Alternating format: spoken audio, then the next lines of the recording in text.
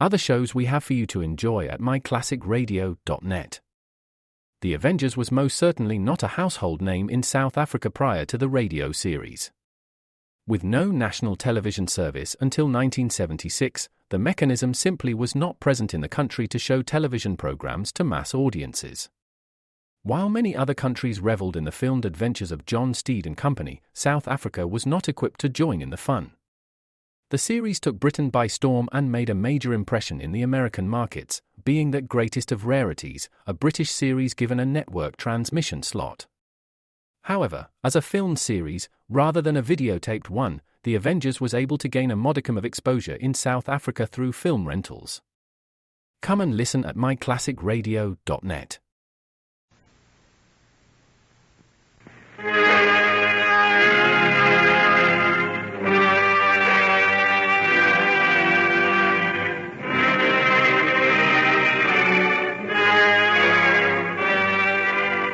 Ladies and gentlemen, we now present George Edwards in Dr. Jekyll and Mr. Hyde.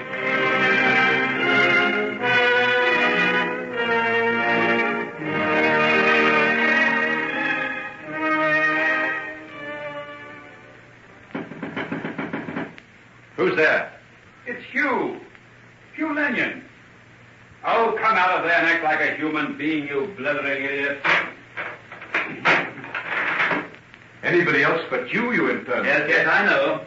That's what I told Poole. Oh, did he let you in? I'll sack him for that. Splendid. We've anticipated that. I've already engaged him to come to me. Well, come in.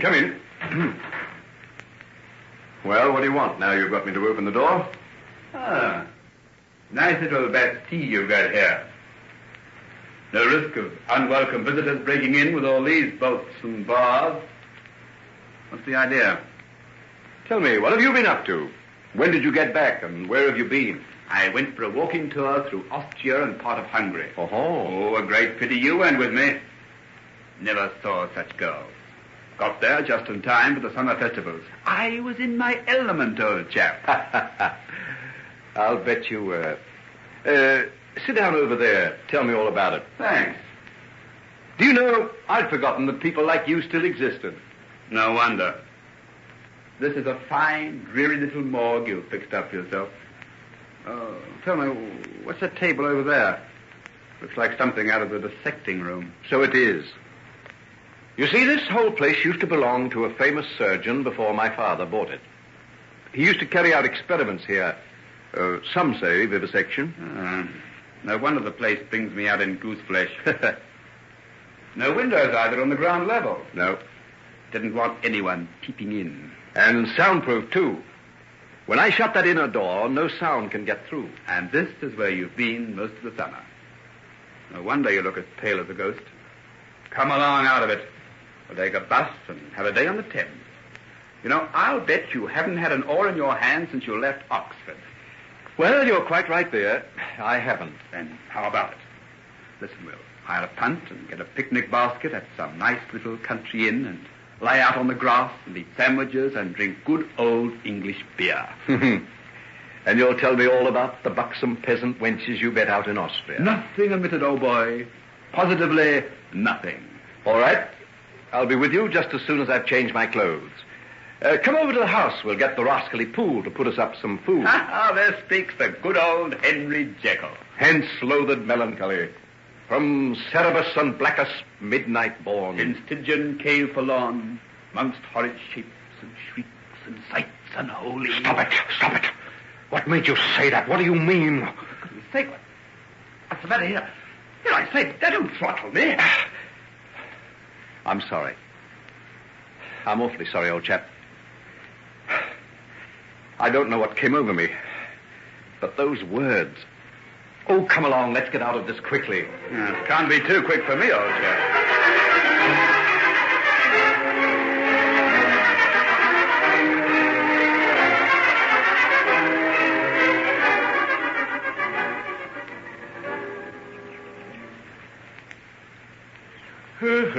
Oh, dear.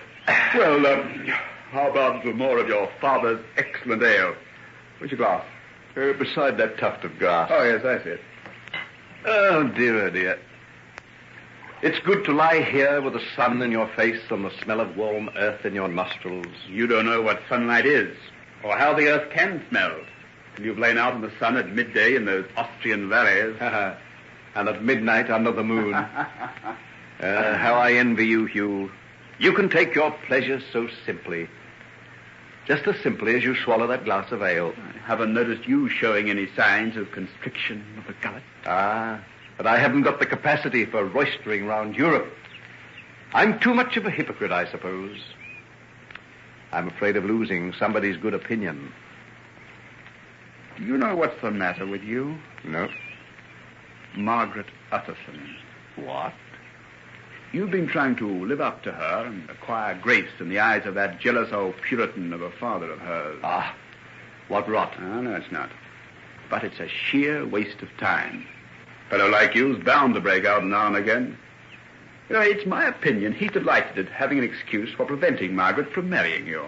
Yes, but why? Well, he'd like to keep her for himself. Life will be very empty for him when she goes. You know, he's doing his best to marry her off to John Fairley. She's been staying down at his place for almost 2 weeks. But she's back in London now. I've got an invitation to dinner at her place tonight. Yes, I know. Well, you're going, aren't you? I don't know. What's the matter with you? She won't like it if you're not there. Well, maybe her father is right. I may not turn out to be a very good sort of a husband. Well, I'll be... Henry, what's come over you? When I went away, you were crazy over her. I still am. But in the last few weeks, I've begun to think that perhaps I ought not to marry. You mean on account of your work? Well, principally. Oh, I agree. Women can make the devil's own mess of one's plans. But personally, I think it would be a good thing if you got over Margaret. Oh, you utter fool. I haven't got over Margaret. Can't you understand that it's because I think so much of her that I'm trying to keep away? If she's hurt because I don't come tonight, and John Fairley's there, mightn't that make her think better of him? Well, of all the quixotic rubbish I ever heard... You go ahead and marry a girl, whatever the outcome of it may be, wouldn't you? Well, I hope it wouldn't be too horrible. No, that's right. It wouldn't be. Someday you'll marry some pretty little empty-headed creature who'll sit at the foot of your dining table, fill the nursery with children, and think you're the last word in manly virtue and wisdom. Oh, that's going too far, old chap. But you'll be happy. Yes, you'll be happy. In your own way. But me, I'm afraid I'll never be. Oh, now you're getting gloomy again. Time we left. Well, the sun's going behind those clouds anyhow. And if we're going to be in time for Margaret's dinner party... I've told you I don't think I'll go. Oh, nonsense. You're not going to give up like that. Come along and give John Fairley a run for his money. Anyhow, I'd love to see you do old Utterson in the eye. I never could stand it.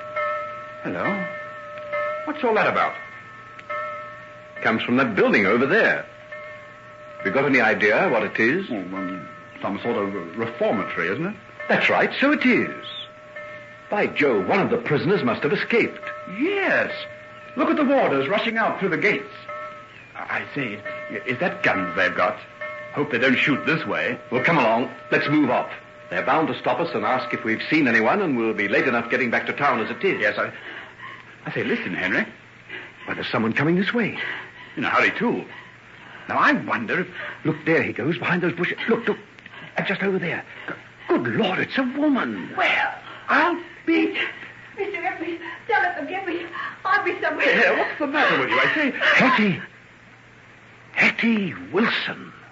Oh, Henry. You. I say, what? Good Lord. It's the girl from the music hall. I'll be in a minute. And I have to go back into that place. I'll kill myself. Here, quick. Into the boat. Get down on the floor. We'll cover you up with rugs. Quick. Help me, Hugh. Oh, but I say, listen. Don't argue. Help me cover her. All right. And pick up that basket. We've got to be out in the middle of the stream by the time they get here. Now, don't you move, Hetty, whatever happens. I say, Henry, look here. Do you realize what you're doing? Yes, I know. I'm helping a prisoner to evade the law. If you like, you can go and call those warders and tell them about it. Oh, here, I say, don't be too hard, old man. Oh, then pick up that basket. Help me push this boat out from the bank. Ready? 1, 2, 3, push.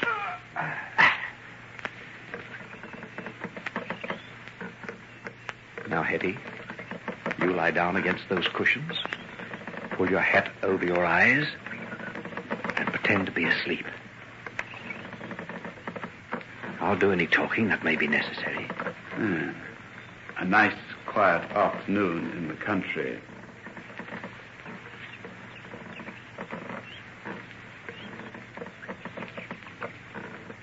Look out. Look out, they've seen us. Hello there. Hello! Where do you come from? Lower Huntingdon. What are you doing here? Well, what do you think? Stop that boat while I talk to you. I'll do my best, but the current's pretty strong. Then pull into the shore. What for? Because we're the police, and we're looking for a prisoner that's escaped from the reformatory. I'd like to search that boat. Can he swim? What's that got to do with it? Well, he'd have to get us out of here. That's right, Bert. We're wasting time. They're just a couple of top sharks for the afternoon. Let them go. Oh, you never know. Oh, what does a low little tough like Eddie Wilson be down with a pair of swells like that? Yeah, maybe you're right. All right, then. Off you go. Sure you wouldn't like us to come and help? Want to help? You? We got work to do. Come along, boys. Let's have a little fun down here. Lie still, Hetty. Don't come out from under those rugs under any circumstances. Are you all right? I'm very tired of dozing here. Am I allowed to talk in my sleep?